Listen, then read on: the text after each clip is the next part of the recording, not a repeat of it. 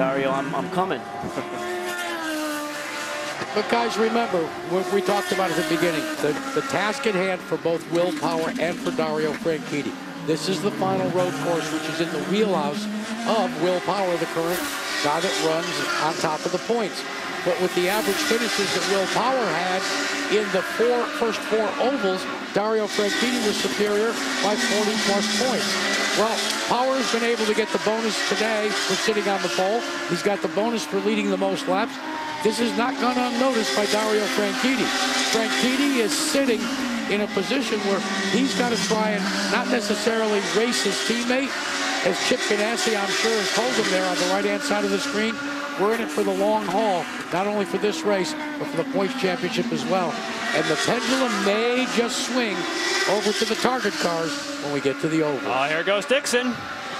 Yeah, Dario even almost looked like he was, as they came off of turn 6, they're even kind of aggressively pulled over to say, Scott, you run through there. And that, I think, is the best visual reference of red versus black. There's just a really big difference, which is what a lot of people have been asking out of Firestone, and that creates the passing.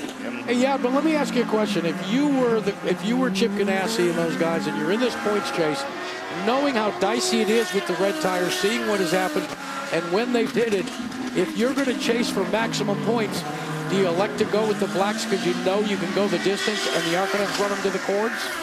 I think, Jack, it's a little bit of doing something different. You have one car on reds, you put one car on blacks, and let's just say somebody got it wrong, like Will Power. Let's say he got to the end of the stint and all of a sudden he couldn't keep the car on the racetrack, and you had one of your cars on blacks, at least you're covered. Battle for 10th position here. Rafa Matos in 10th. Takuma Sato behind him in the 11th position. Matos only has 4 overtakes left. Should also point out, Scott Dixon is still alive in the championship. We keep talking Dario, but Scott Dixon, don't look out for him on the ovals. Yep. And those ovals begin next Saturday night at Chicagoland Speedway. Then we go to Kentucky Speedway, and then Motegi, and of course the final race is at Homestead, Miami. Will Power leads here at the Indy Grand Prix of Sonoma at Infineon Raceway on Versus. Welcome back to Sonoma. You saw the little incident there with Takuma Sato and Rafael Matos. We are on board with Will Power once again, the leader of the race, leading by 3.5 seconds over Scott Dixon. There comes Scott off of corner number 6, and behind him is his target Chip Ganassi teammate Dario Franchitti. Running 4th is Ryan Briscoe. Elio is 5th. Then Wilson Canan, Ryan Hunter-Ray, Graham Rahal running 9th. And Rafael Matos is in 10th position with 11 laps to go. Speaking of the leader, Scott Dixon actually ran a last lap faster than Will Power, so there is potential there. Yep. And that would speak to our target Chip Ganassi strategy. Let your fastest car go chase down Power. If you can somehow pass him and take the lead away from him, that's the biggest change in points you could ever get from first to second. So Scott Dixon got a nice run going. Let's go down to Robbie Floyd. Well, here's an interesting tidbit. We've been talking about Ryan Hunter-Ray and how his heart rate moves up, in those specific areas. But what about the pit crew? We thought we'd throw some biometric equipment on EJ Viso's team. I'm with Jim Leo from Pit Fit. And it's not just about the driver, the pit crew. They get that heart pumping as well. Now, these guys work very, very hard, and their heart rates, as you'll see by the data here, their anticipatory heart rate's very high. The actual pit stop heart rate very high, and then the post pit stop heart rate remains high as adrenaline just slowly comes down. All right, show me a little bit on this graph how it looks. What we've got here is we've got EJ Viso's pit stop graphed out right in here. This is when they tell him, EJ, pit in, pit in. Full course yellow out there right now. Looks like Bertrand Baguette with a problem. We'll come back with you in just a minute, Jim. Let's find out what happened out there on the track.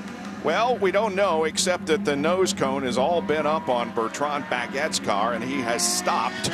We don't know exactly with whom he had contact. Well, there was a good battle going on back there with Sato, Matos. I mean, there it is. There's Matos leading. So Sato shoots up the inside. Oh, and Baguette. And there's also he tried Viso. going inside there, but Viso was already inside. Yeah, Viso made it a sandwich. And you can first pass is great.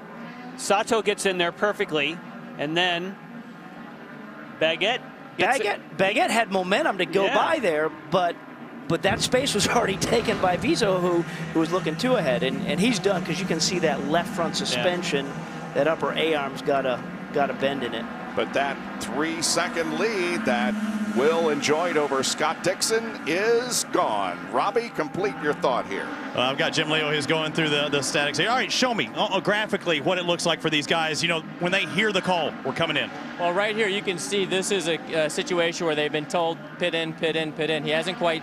They haven't seen the car yet. As they see the car, you see the excitement goes up. This is the outside front. Steve Moore, very cool character, doesn't quite get the high heart rate. This is the outside rear and fueler, and this is the actual stop. Steve Moore's heart rate comes back down. The other guys stay up high, so they peak it to the 180, 190, whereas Steve's a little bit lower, but that's why he's the crew chief. He's a cool character. Is he more fit? What are we talking about beats per minute?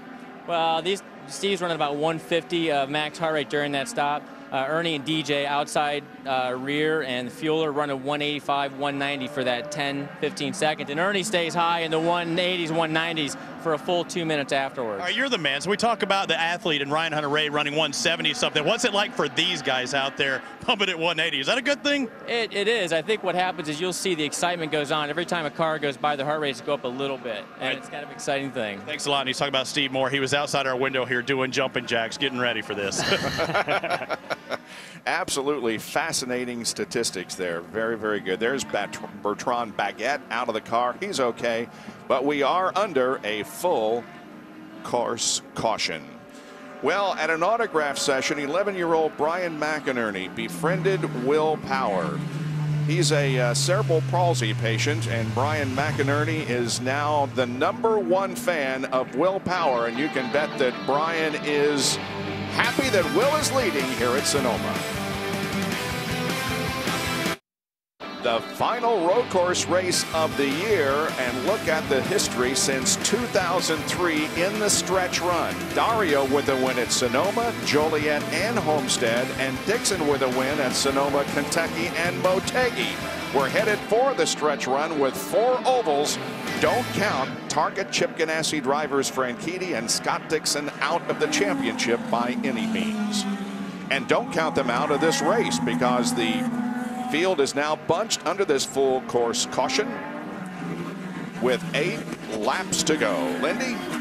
And Mike Hall, who works with Scott Dixon. First of all, what's your strategy on this restart? Well, everybody in America and around the world that's watching this thing knows you got to push the pedal hard. That's the strategy. You go with different tires than Dario. Why'd you make your pick? Well, you know, we want to win the race.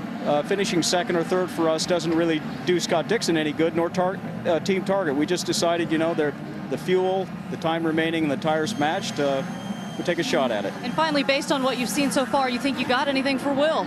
Well, I think what you're seeing today for us anyway is a great degree of teamwork with Target, because, you know, the guys in the pits as well as Dixon on the racetrack displayed what they needed to display to get to where we are today, and that's the main thing for us. Mike, thank you. Robbie? I'm a Clive Howell. Clive, you've got to be loving things, don't you? Yeah, 6 laps to go. We're in the lead. We've got red tires on. We've got plenty of fuel. What isn't to love? Is there any concern whatsoever? No, as long as Will manages it properly, we're going to be in good shape. Everything mechanically is fine. You know, it's just up to him now. It's all up to Will. Have there even been the slightest of concerns?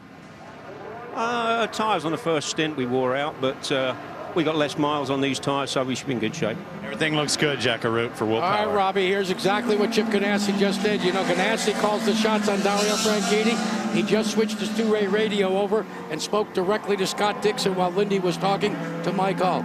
He said, and I quote, "Hey, Scott, this is Ganassi." He said, 10-4. He says, "You know what you have to do." I'll tell you what, guys, when you get marching orders like that from the boss, you better depress the button. You think his heart rate went up? Yeah, some biometrics there. Oh, and you can see on that long shot, you can see the aggressive tire weaving, making sure, remember, it was Will Power in Toronto, was it not? Justin Wilson, sorry, right, in Toronto, who didn't get the tires clean enough on a restart and was a sitting duck. Yep. What is there not to love? That's the quote of the day as far as I'm concerned. So what is it that you think Dixon's got to do, guys? I don't know. He's got to let Will Power not get away from him on the restart job 1. Yeah. And then he's got to look for a slight mistake on cold tires with some pickup and pounce. 3, 4, and 5 are on blacks. 6 on back on red.